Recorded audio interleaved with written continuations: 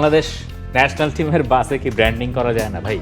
আমরা জিনিস দেখলাম যে বাসটা তো ভাড়া নেওয়া হয়, প্রতি ফুটে যে ওই বাস আসতেছে, বাসের যে কোম্পানি, উনাদের যে পরিমাণ ব্র্যান্ডিং হয়েছে, এইটা তো তার এরপরে ভাড়ার টাকাই নেওয়া উচিত না, যে এইরকম ফ্রি প্রমোশন তো তারে আর কেউ দিবে না। তবে আমার জিনিস জানা আছে ওই বাসের ওই স্টিকারের কি অনেক দাম, অ্যাটলিস্ট ওই স্টিকারের জায়গায় টিম বাংলাদেশ লেখা যেত এটা না। কখনো আসলে কেউ ভাবেই নাই। না ওটা খুলে বাংলাদেশ ঠিক আছে। কি এটা ভাবে না কেমনে? মানে এটা সবাই ভাবে। আপনি দেখেন একটা জিনিস, বাইরের লিগগুলো যদি আমরা দেখি, চ্যাম্পিয়ন্স লিগ যখন আমরা দেখবো, ওই বাসের এন্ট্রিটাও কিন্তু দেখতে দুর্দান্ত লাগে। হ্যাঁ হ্যাঁ, আপনি হচ্ছে ভাই এই জায়গায় হচ্ছে আপনি ক্রিকেটের কথাই আসেন, ক্রিকেটেও যখন টিম বাস ঢুকে ওটা কিন্তু প্রপার ব্র্যান্ডিং করা একটা টিম বাস ঢুকে, মানে এই জায়গাটা হয়তোবা ওনাদের দৃষ্টি এড়িয়ে গেছে।